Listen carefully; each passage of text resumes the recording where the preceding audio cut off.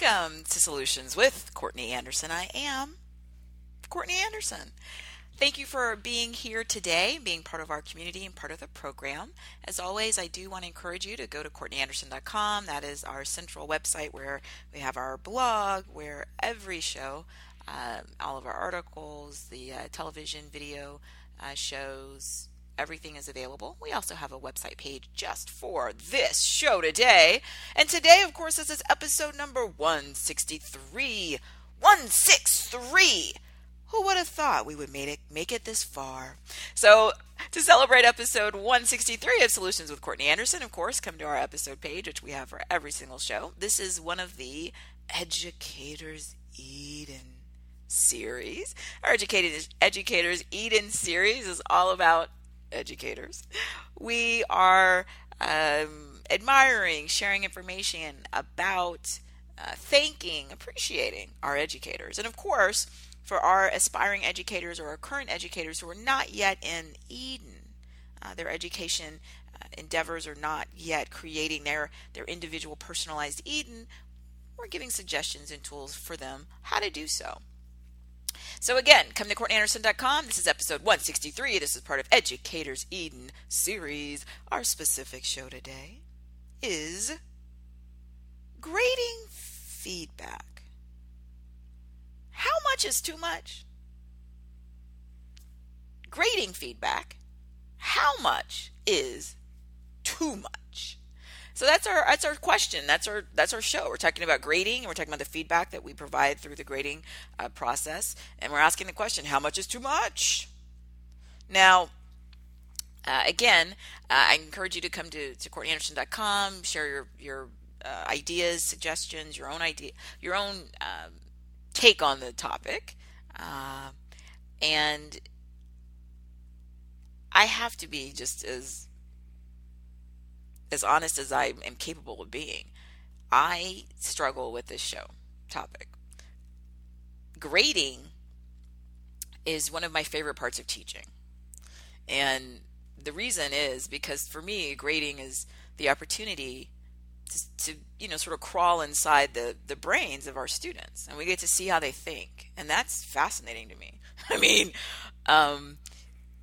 it doesn't matter what the topic is. It doesn't even matter what type of assignment it is. If it's a written assignment, a paper, if it's a presentation, PowerPoint, if it's a research assignment, if it's an exam. I mean, I just want to know how they think. I'm fascinated by that. I think it's really interesting. And like going on an expedition, and it's so personal. You definitely get the time to kind of throughout the course of a semester. And I teach at this time I teach only graduate students and MBA and business courses. And so my students over the course of a semester, the more that I'm exposed to their work, the more that I get to sort of peek inside their brain, and it's really fun. And it's again, it's like I said, it's so personal, and it's so illuminating. I just find it interesting. Of course, part of the grading process is not just me sort of accessing their ideas and how they think and how they see the world and their perceptions of our course content, and of course looking to see and evaluate their application analysis of the required tasks. But the two-way part of the communication is that I get to turn around and give them feedback. And part of that process, of course, is related to for those students who are enrolled in the course because they feel at some level that they are compelled to do so. So some students will say, well, I'm in the class because where I work, for me to get the promotion that I would like to in the future, I need to get at least this graduate degree. Some students will say, well, I'm not particularly super excited about the content, but my understanding is it'll help me be more competitive in future job positions and opportunities. So some students are really focused on doing just enough to help them meet and surpass their goal, which is one of the things, surpassing our goals. It's one of my principles I talk about in every single program that I do in my speeches in corporate training and education. So the numbers for that student who's sort of there to check a box, right? check a box on an application, check a box on some requirement or criteria for promotion, for advancement, for an opportunity, then they want to know the number. Whatever number it is the minimum they need to meet as per the syllabus and course requirements and program requirements for them to move forward and potentially graduate. That's what they care about. So part of my feedback is that here's the number.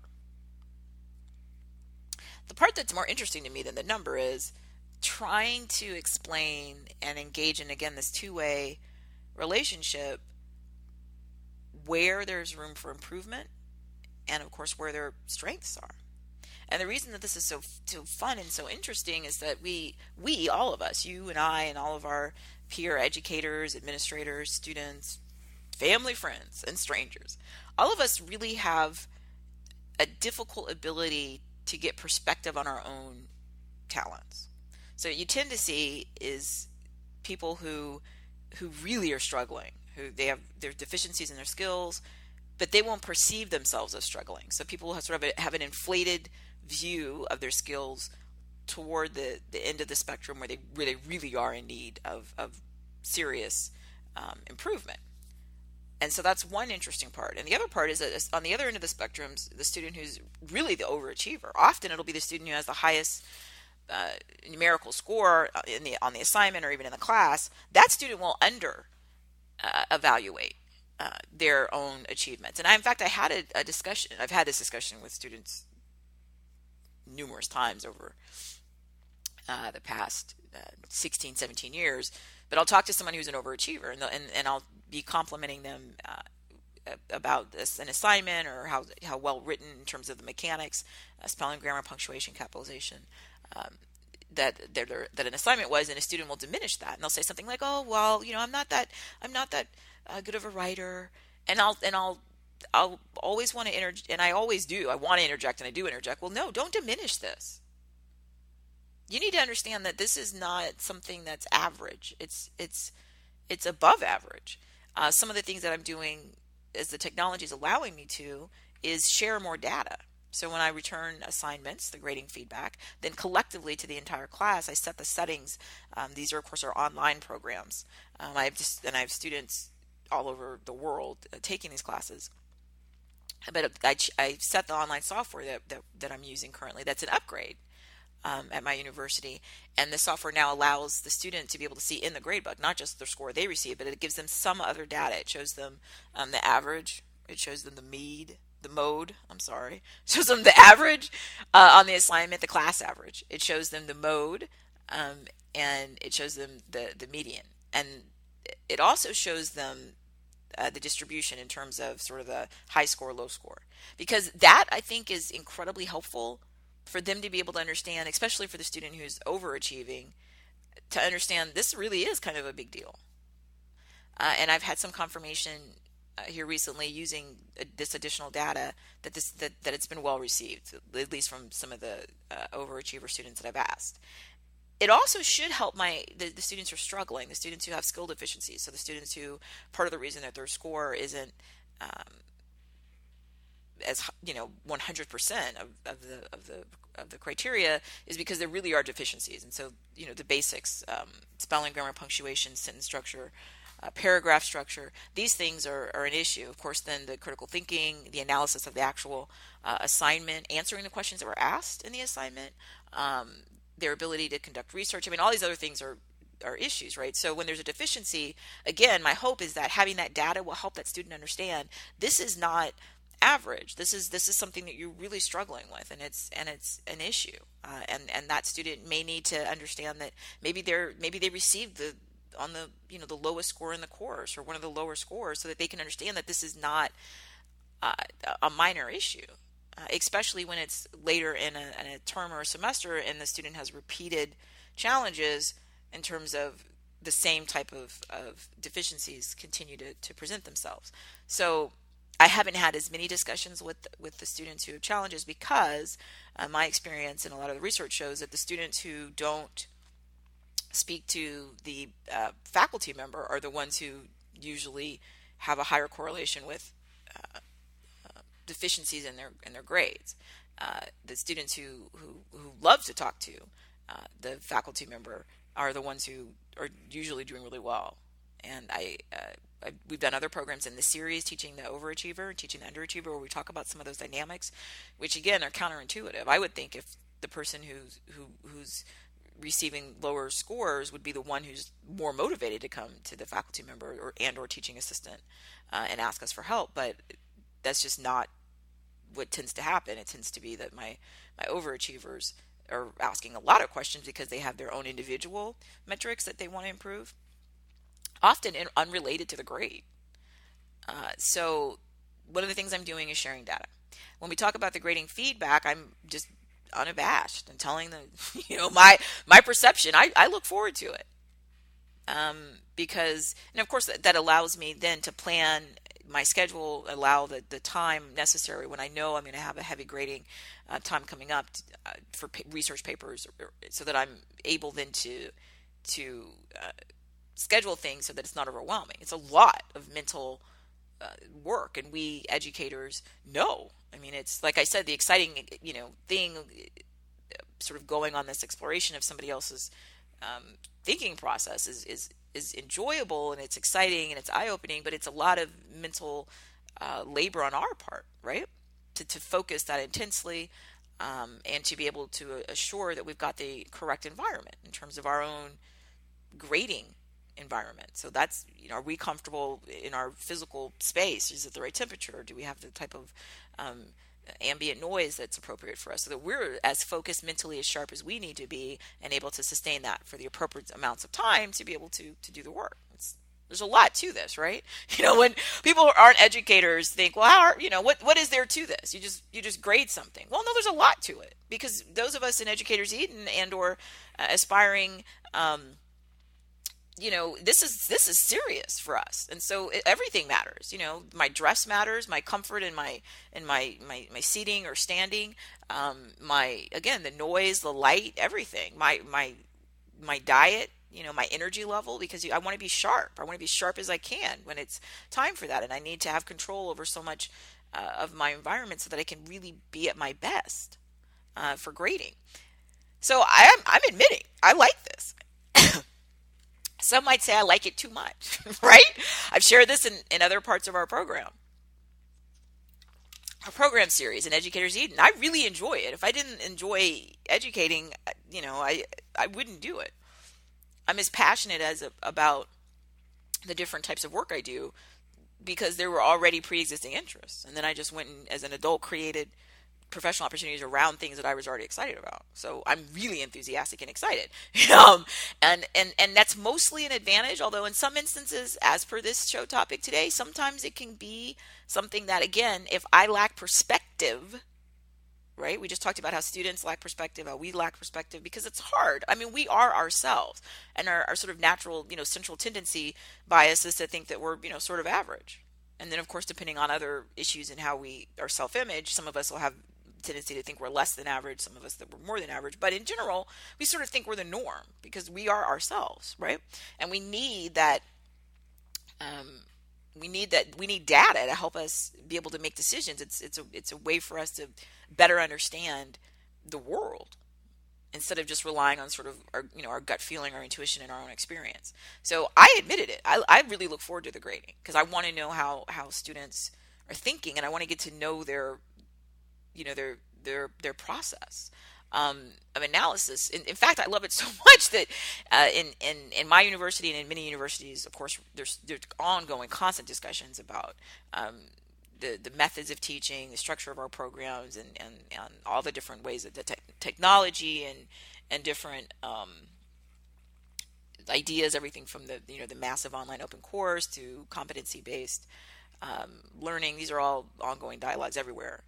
In education and higher ed, and I've kept asking. I continue to ask. I want to make sure that I'm doing everything I can to let my peers and powers that be know. I really want to be able to grade because some programs are not experimenting. Some programs are have implemented systems where faculty members who are with the student teaching aren't the one that's actually grading. That's a fascinating question, and we're doing other shows specifically on some of this these aspects of higher ed. So I'm not going to delve into that beyond saying that I enjoy the grading so much because it's where I get to see what's really going on.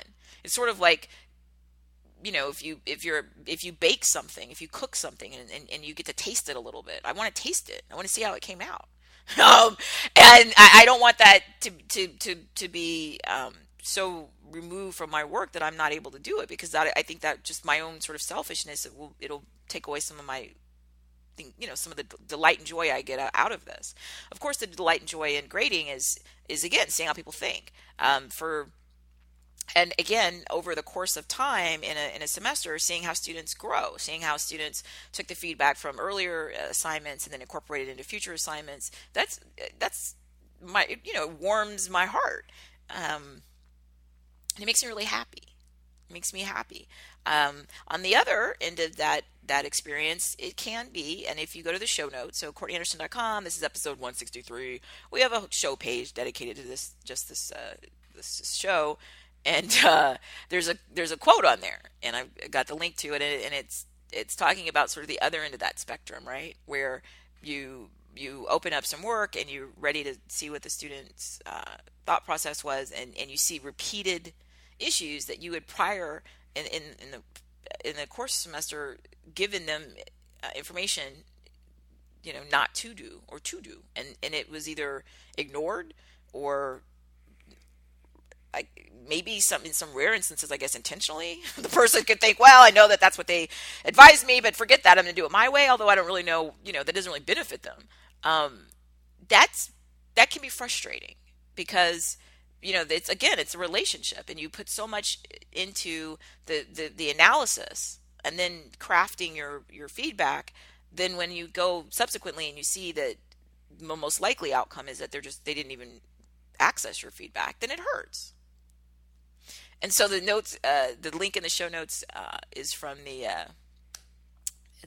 NEA, and which is an educational organization and a National Education Association. So it's an education organization for educators, and an organized group, organized labor. So NEA has an article, and I've linked to it, and the article is entitled "Too Much Time Grading Papers," and so it's just a little short article, and it's linked to, but the part that I have in the show notes is talking about the grading process, right? And so the author, who's also an educator, it says something like, okay, so we stay up late, and then all too often, students ignore our efforts. Students ignore our efforts. First, they turn the pages to check the grade, and then maybe glance at the copious notes we labored so long and late to produce. Unfortunately, all too often we find that students don't use our feedback. We wonder if all that time spent giving it was really worth the effort. And then the quote goes on to talk about shortening that grading time and effort to be a little bit more effective, hopefully. And it talks about using rubrics, which is a tool so that the students can maybe more quickly sort of assess the criteria and get their number grade and then get the big picture overall of how they did. And so I use rubrics, and certainly we have other programs lined up to go into a little more depth on the utilization of rubrics. But that sort of emotional, sort of visceral, like, oh, they didn't read our feedback. It kind of hurts because you put so much into it, and you're kind of excited, right? To see how they utilize it. Maybe it'll motivate them to take an issue more seriously, or to finally figure out the correct APA format or whatever. And so when you get that deflated sense that they didn't even access it, it's worse than almost anything, right? Being ignored is sort of that most lonely and sad feeling, right? The opposite of love isn't hate. It's that you don't matter. It's being ignored. It's that you're not even a factor in their world. And so I wanted to include that because it's important. And I think it's also part of when we go to the extent that we go too far with grading feedback, that often may be what's driving it, right? Is we think, well, we enjoy being educators, and I've talked about in other programs in this series about part of why that is. Part of it is we love information. People who are educators love information. Whatever your field and your interests are, that's something that you almost always, it predated any formal education in licensing or certification or qualification as an educator. You just were interested in this stuff, and so you're just excited about whatever it is that you teach usually, because that's kind of what makes you go into education, because you just love the information. The other part of it is you like sharing it. And we all have that, right? People who aren't educators sometimes say, why would you want to do that? It's like, have you ever, seen a great movie and you go tell your friends about it? Yeah, that's what you're doing. You're sharing something that really kind of excited you. If you read a great book and you're telling people, hey, you got to read this book, or you're saying to people, hey, you got to go to that movie, it was awesome. That's what you're doing. You want to share it. And that's kind of more a universal feeling. You've been to a great restaurant. You tell people, hey, you got to go to this restaurant. I went over there, and I had, whatever meal, and it was awesome. You got to go there quick, right? We want to tell people. And so that's the same thing with educators. We just have these areas of information that we want to tell you. We want to share it. So it's fun for us. Just like telling your friend, or somebody at the office about this really great restaurant or that really awesome movie. It's the same thing. We just want to tell. We want to share it. We want other people to get excited and come back and tell us what they thought. Did you eat there? Okay, what did you order on the menu? What did you think? Was it great? Was it horrible? Tell me what you think. Or did you see the movie? What did you think of the ending? I thought it was great. You thought it was horrible? I want to know why. Let's debate it. Like, we're just excited. And that's what it is for educators. That's why when it's sort of this alignment of our interests and our desire to share it, that's what teaching is, right? I'm teaching you to a certain extent when I'm telling you about the restaurant that I went to and how great it is. I'm telling you where it is and the name and all this kind of, and I'm telling you to order this dish. It's the same thing with a movie. And at some level, I'm teaching at some level. I'm telling you what it is, where it's showing, why I thought it was awesome, right? So educators, the reason that you get the sort of educators Eden is because, again, you have that alignment. Somebody that loves that information and they want to share it. So, and then you give them work where that's all what they're supposed to do is be sharing something they're super excited about. Then yeah, it does create sort of this paradise for them. The challenge with the grading feedback is, and because we're talking here about too much, I'm not addressing the issue of the person who is not an educators Eden community member, who I've anecdotally I've witnessed, heard, and I've even done coaching and mentoring and faculty training and some administrative roles in the past where I've witnessed people who they're not in educators Eden and they don't even, I don't think, want to be educators. I think they just took the work because it was available. They don't seem to care. I've seen people who literally have zero feedback. Some people, there's no feedback at all until they're contacted and somebody has to tell them and remind them to give the students their grades. Sometimes even when that happens, all the student gets is a number with nothing else. I've seen grading where somebody gives, and I've seen this and it was so upsetting to me. And it was in an evaluation period of a potential new faculty member who didn't stay after this, but I went in and the grading, everybody in the whole grade book had the exact same grade and they had the exact same, literally the exact same number. And what a coincidence, everybody received a 100%. And it wasn't a task, like it was like a pass-fail where it made sense for people all to receive 100%. It was a substantive assignment, and it didn't make any sense at all that everybody in that class earned 100%. And the only feedback they all received was, good job. And everybody in the whole class had exactly that. That was a red flag to me that the work really wasn't even, it was either not read at all, or if it was read, the person didn't care enough about the purpose of what we're doing in Educators Eden to bother to share with the students and engage in that part where it's a relationship, where that you share with the students your evaluation. And that was very disturbing to me because it's not fair to the student. And we all know so much when we talk about Educators Eden, when we are students, when we think about, some of us have wonderful memories of our favorite teachers and how much they've in many instances changed people's lives, right? And then some of us have maybe memories of people who were our worst teachers, who we don't think they cared at all. Maybe they barely showed up. Maybe they didn't give us any feedback. It's just so frustrating. And remember how we talked about that feeling when the educator feels like, oh, maybe they didn't read my feedback because they just, repeated the exact same, behavior. How does a student feel when they went through all of the time and effort to read the assignment task and to create the work, edit the work, get the work in, and it's the same thing. You're excited. They bake the cake. They want to see how people think it tastes, and then you don't even bother to look at it. That's just, one, it's unethical. In many instances, it's illegal because you're not even doing your job at all, which is to evaluate their work. And then it's just cruel. I'm just so offended by that. So we're not talking about that group in this show. Of course, is about how much is too much. And what tends to happen is our overly excited, very eager educators, and I'm in many instances one of them. We have so much information we want to share, and you know, we have these areas and interests that we spend, years or decades or careers or lifetimes on. So we love this. And when we get to the grading, we have to remember a couple of things. Again, just like we have parameters for our students. So let's say it's a paper and it was a 20-page paper, and that was the maximum page limit, excluding the title page and the reference pages. Okay. So we would be very displeased if a student turned in a 60-page paper, and I've had this happen.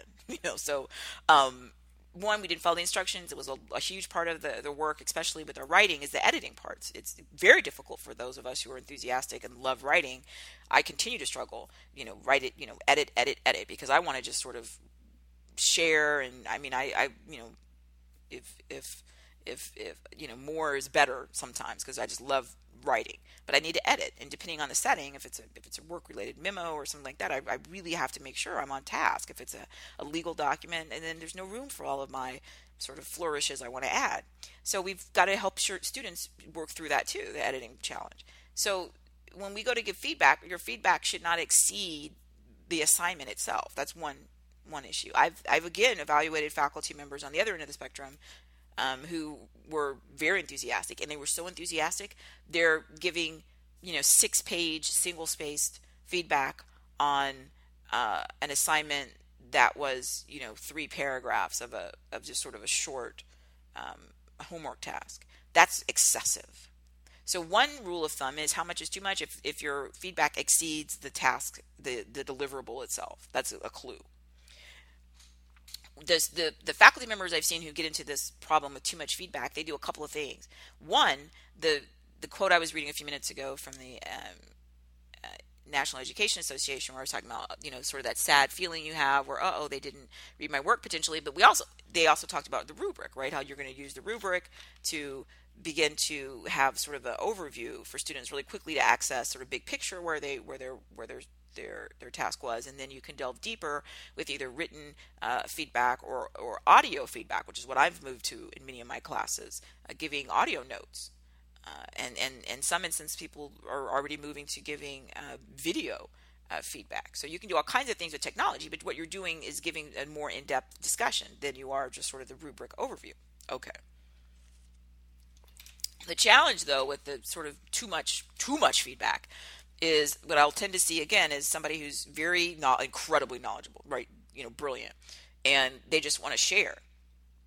The deal is, though, when you have a situation where you're not doing independent study, or you're not working one-on-one with a student who's working through their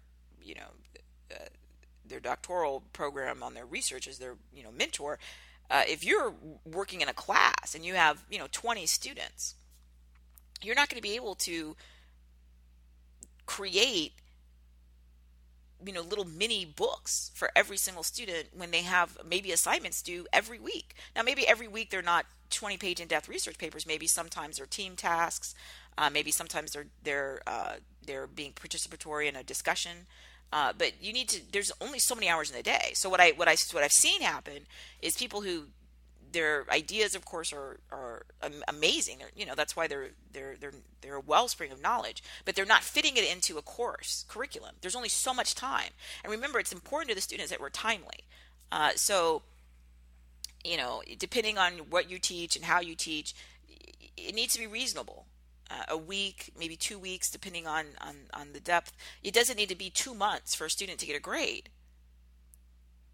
Again, I'm talking about a course. So if you have a class and you've got 20, 30, I don't care, 10 students, then you need to work through their work in a timely manner. That's one of the other reasons we use the rubric, is because yes, we could go write,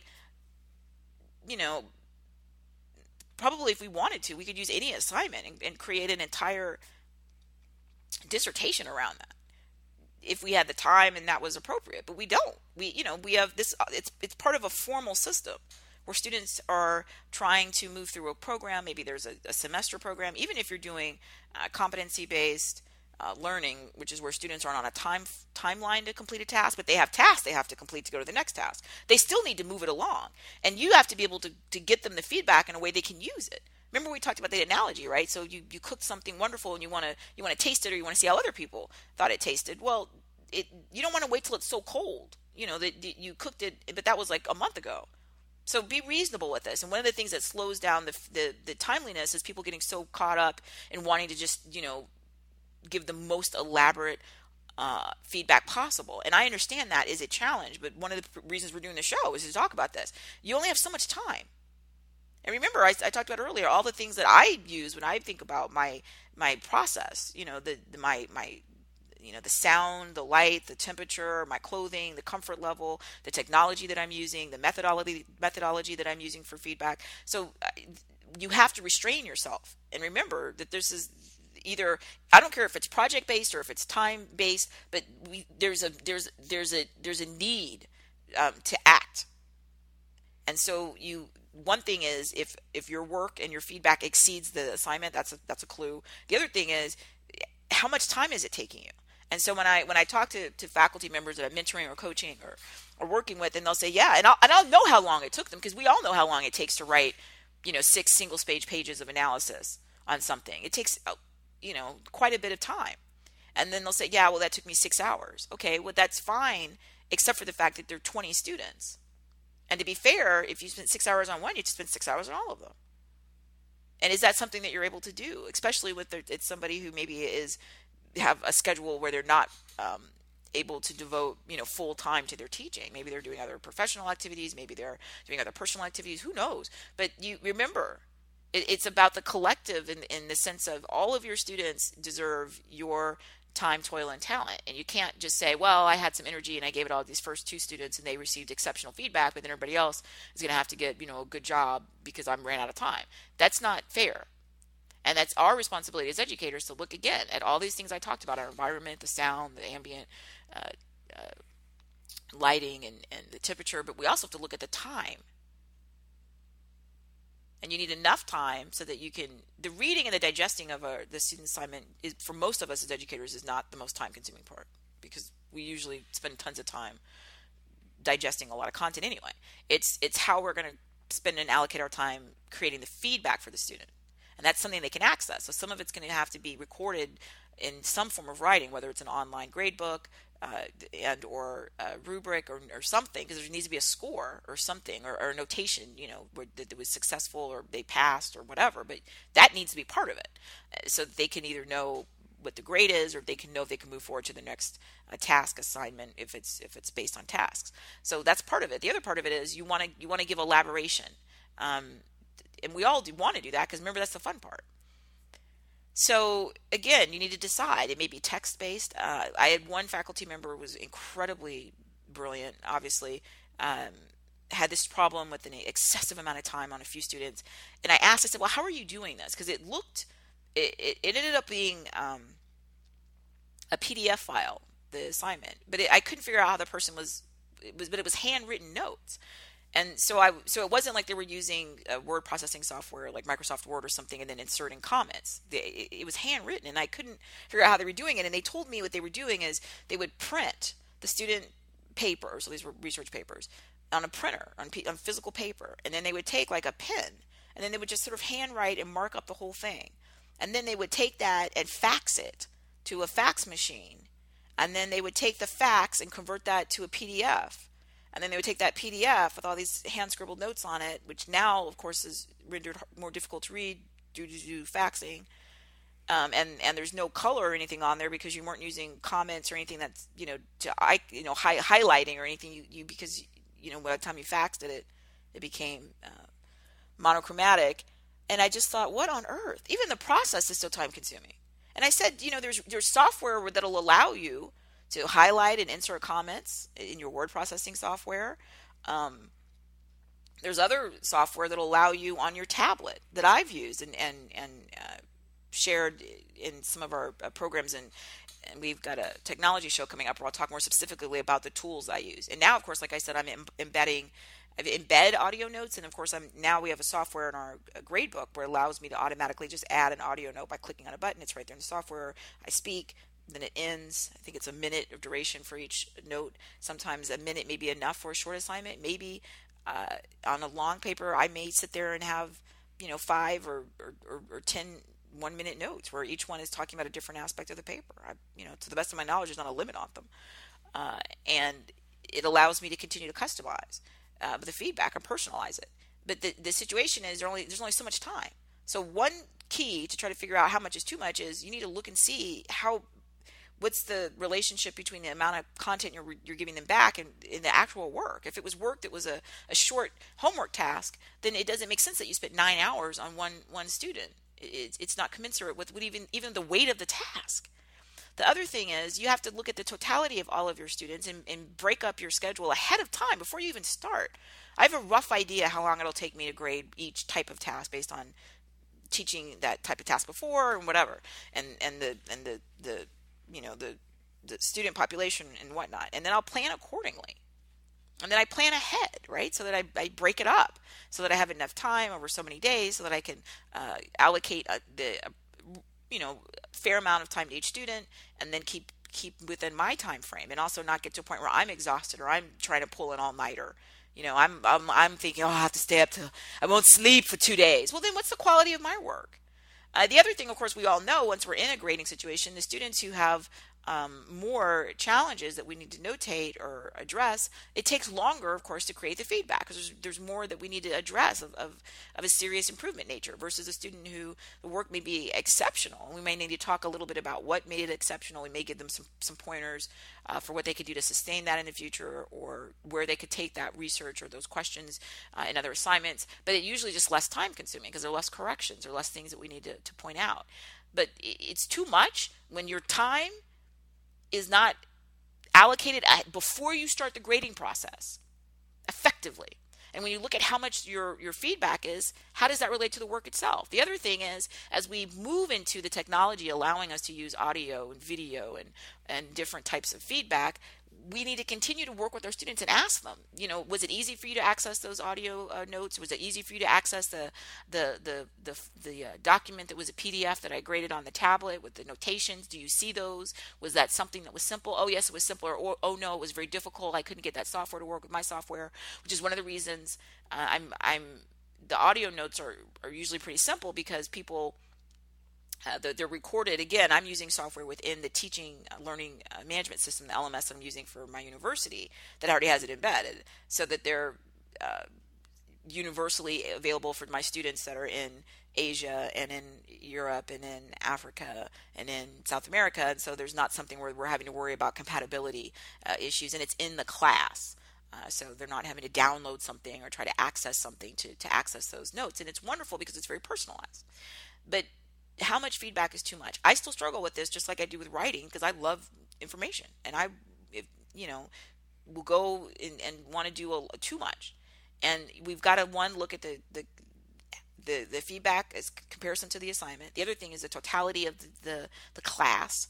So at least when we start, roughly each student gets the same amount of time. So if you say, okay, for each student it's going to take me 30 minutes, then you're going to multiply that by how many students you have, and that's how long it's going to take you. You need to break that up into as many days as reasonable so that you're at your best each time you go to grade. When we look at the feedback, one of the things that I put in the show notes that I found to be inspirational when I was preparing for this show. So I'm looking and I'm constantly, we all are reading, and I found this. It was originally an email. So it was a professor at Berkeley, a lecturer, let me be more specific. So it's a lecturer at Berkeley, UC Berkeley, and apparently wrote a note to an email to his class and was talking about an issue that may have impacted the class because it's impacting the campus, and he was saying, like, I'm not going to cancel class. That was the whole point of the email. And so throughout this email, he's giving, the reasons why he's not canceling class. But it was, I found personally, very powerful. And this is a math lecturer at UC Berkeley, Alexander Coward. And I have the link in the show notes. Again, this is CourtneyAnderson.com. This is, of course, episode 163, grading feedback, how much is too much. So go to that page and you'll see the links there. And I strongly recommend you go read the full email that he sent to his class. And so he's explaining why he's going to hold class. Basically, that's all you need to know, right? So we're having class. And so he's got language in there, and I'm going to read some of this that's quoted in the show notes. And he says, "It's a privilege to be your professor." And he goes on to say, "In order for you to navigate the increasing complexity of the 21st century, you need a world-class education. And thankfully, you have an opportunity to get one. I don't just mean the education you get in class, but I mean the education you get in everything you do. Every book you read, every conversation you have, every thought you think. You need to optimize your life for learning. You need to live and breathe your education. You need to be obsessed with your education. Do not fall into the trap of thinking that just because you're surrounded by so many dazzlingly smart fellow students, that means you're no good. Nothing could be further from the truth. And do not fall into the trap of thinking that you focusing on your education is a selfish thing. It's not a selfish thing. It's the most noble thing you could do. Society is investing in you so that you can help solve the many challenges we are going to face in the coming decades, from profound technological challenges to helping people with the age-old search for human happiness and meaning. That is why I am not canceling class tomorrow. Your education is really, really important, not just to you, but in a far broader and wider reaching way that I think any of you have yet to fully appreciate. Now again, it resonates with me, because sometimes when we're out and about in life, and maybe let's say we're talking to people who aren't educators in Educators Eden, and they'll sort of tease or make fun. Well, how could you claim you enjoy it? How do you claim you like it? Okay. Because again, I went out and took the things I was already interested and happy to do and found work that, what a coincidence, is asking for me to do exactly what already makes me happy. And that's why it does create Educators Eden. And that's why when we talk about this specific topic of too much feedback, I know what's happening. We're so excited. We want to give everything, but we're not being mindful. It's very important, especially for us people who are extremely brilliant. You must remember, this is within a context. It's within a course. It's within a program. So whether we're teaching it as the author of the email, the lecturer in mathematics at UC Berkeley, or teaching at the first school I taught at, University of Texas at Austin, in their business school, which is a leading program and just amazing students, or teaching where I teach now, which is University of Maryland in our University College campus, where I have a school that's had a history of teaching military members around the world, and has an adult education history that is just many decades old, over 60 years of this, and it's a different type of population than the University of Texas at Austin. But it's just as inspiring and just as exciting in many, many ways. And I, of course, teaching in the MBA program, my graduate students, the point simply is this, or if you're teaching anywhere else. The point is, yes, real life humans honestly really do love education. If they didn't, then a large group of that population would do something else. They mean that. And again, it might strike someone who's not like us, committed to this and really understands the full power of education. It might sound a little hokey, like, okay, who cares if you cancel class? But the point, my interpretation of the point of Professor Coward simply was that this means so much. Yeah, it's just one class, I get it, but not the one class, the totality of all of this, and trying to help those students understand this is so awesome. And some would argue, well, that's because he's at a leading school. Well, but aren't your students in their own very important, equal way worthy of the best education that can be provided, of the best that you can give them? If you can't answer that question affirmatively, then I really, honestly, You do not need to be in education right now. And again, I've taught at a variety of institutions. I've taught at a variety of different populations. I've taught, freshmen in college, and I've taught, students who already have another dual. I've taught dual degree programs where they gain entry into my class already are required to have another master's degree. So I've taught a variety, and every one of them absolutely deserves the best I can provide them as an educator. Absolutely. And this idea of helping them remember what this opportunity is for them to access this knowledge and their talents and their skills and get out there in life. I don't care if they're 18 or 80 years old or anywhere above or below or anything else. Like, this is your chance. I mentioned in many of our Educators Eden series and in the show page about the whole series, I used a quote from Nelson Mandela. Education is the most powerful weapon. This is an honor and a privilege. Again, I totally agree with that. To be an educator, and I've never taught mathematics. It's not my area. I've not taught at UC Berkeley. I've not taught, anywhere in California. But that doesn't mean that it's not. I don't sure that same excitement and passion and wonder of it all. And so, what I'm arguing is that for those of us who struggle with how much is too much, we're giving too much. One, because you're under huge time pressure. And you don't even need somebody to come and remind you when the grades are due. You can feel it. You feel it in your bones, right? When, I should have gotten this done faster. Well, then that's a clue. You've got to take control of your schedule and your time. One of the big things that's slowing you down is trying to make it perfect. We all know this. Perfection is the enemy of getting it done, right? Of the good enough.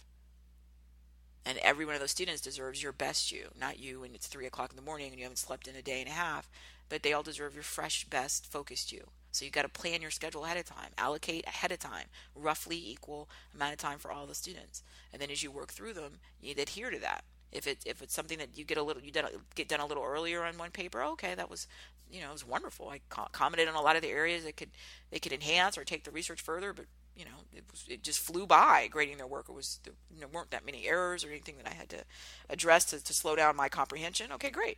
Now maybe a paper took a little bit longer, but it's not going to take, some paper took 13 hours and the other papers, took 30 minutes.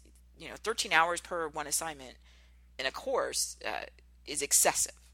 Unless now there'll be someone who'll say, well, no, and the type of work that I'm doing, okay, fine. But in general, what I'm saying is disproportionate. So if you said, hey, the average for the students is 30 minutes, and then you have somebody you claim you have to spend 13 hours on, there's a challenge. And I'm arguing it's on us. We have to be in control of the time. If there's something that opens up a whole bunch of other issues, then what you need to do is grade the work, give them the rubric, which is the sort of big picture, and then for your additional notes, if you feel there's some real serious issues, then you just reach out to that student and say, we need to have a conference, or I'm going to go ahead and create for you sort of an extended evaluation, and here's why. That's often what I'll do with a student where there are a lot of issues. Is I'll set up a time for us to either to speak via internet or phone, so we can talk about it. What I'll do when there's a student who's really struggling and who's really upset about feedback, well, I don't understand my grade is so low, then we'll set that time up, and then what I'll have them do, which is incredibly effective, is I'll have the students start reading out loud to me their work. Start reading it. And when they read it out loud, they're going to hear, especially for structural issues, grammar, spelling, punctuation, they'll hear it when they read it. They'll hear that it's not right, it doesn't sound right. And that's an incredibly effective tool for helping them understand that's why then the comment that I included, or that's why the grade was what it was. And let's work through why that happened and work through what resources are available for them for tutoring or the extra help they're going to need to get their skills where they need to be. See? So, but we have to be in charge of this. We're the educator, but we're also the leader. And so all the management magician skills that I talk about, management magician series, which is a whole series about management, all of that applies to educators, because the educator is the leader of that course, of that experience, of that educational experience. So you're going to need all your leadership skills, all your management skills, and then on top of that, your educator skills. So it's a lot that goes into creating that high quality, happy educator. Not happy every second of every moment of every day, because nobody is, but more often than not, overall, feel good about educating. And I want you, again, go look and read the email. You may totally disagree with me from the math lecturer at UC Berkeley, and I may just be too hokey or sentimental or whatever, but at least I think it's a good idea for us to have a discussion and to put forward that there are many people out there who are very passionate and very committed and very excited about education. And again, I don't fall into the argument and excuses people will make. Well, that's because the person teaches math. They have a different type of student. Or that's because the person teaches a different type of school in terms of admission requirements. Or that's because the person teaches a certain age or whatever. I don't buy that. If you don't believe that all of our students deserve the best we can provide them, then we shouldn't be teaching. If we think certain types of students do, and only at certain types of places or certain majors or certain degree programs, then you need to go be in that degree program and work at that campus, but you don't need to be somewhere else because you don't believe in your students. I do believe in them. I absolutely do. And it's my job to do everything in my power to help them get that perspective we talked about at the beginning of the show, so they'll understand something that was okay, that was average, and here's all right, here's why. That was above average, and here's why. And for the students who are really struggling with that's below average, and here's why it's not enough. So again, make sure you're using your tools, your rubrics. That's your sort of big picture overview, executive summary, shall we say, of here's the big picture of your grade, the score, and then sort of marking on the rubric why. And then you can add to that with whatever supplemental materials would be appropriate based on the assignment. And again, you must manage your time, and you also must remember that the student has requirements and expectations. So you can't just sort of sit around with this, for months telling me that you're working on, the perfect feedback, because that's not fair to the student. They have time requirements, and the thing is, they can't begin to process your feedback until they get it. So you have to provide it. And this is very difficult for people who are super brilliant and love what they do. You have to restrain yourself and put it within a framework and stick to your time schedule. Remember, we talked about the size, the amount of your feedback, and the timeliness. Those two things together, and with the utilization of rubrics when appropriate, will do a lot to speed it up and still allow you to sort of luxuriate in it and do all the fun things I talked about at the beginning, where I'm sharing with them why I thought this and how we could improve this and what this means and why it's important and things of that nature. You got to find that balance, and it absolutely can be done. And the technology is changing so quickly. I don't even know what the near future will provide us for more opportunities to be able to engage with students in a way that we're accessing their work and they're accessing our feedback. And it's personal, and it's illuminating, and it's fun at some level for all of us. That's the purpose. So thank you. I do again encourage you to come to CourtneyAnderson.com, share with me your ideas, suggestions. Please support our show sponsors. You'll see show sponsor links on CourtneyAnderson.com, and that's what's allowing us to grow this program and grow all of the resources and expand the website and all the materials and articles. So please support our show sponsors and give us a rating on iTunes or Stitcher or anywhere else that you're finding our program. And again, I am just so grateful to you for being here. Continue to be passionate about what you're doing as an educator, but remember that it's part of this larger experience where we have to be mindful of time and content lengths, and to allow our students to access and engage with us in our feedback so that it's the most helpful and the most effective. Thank you again.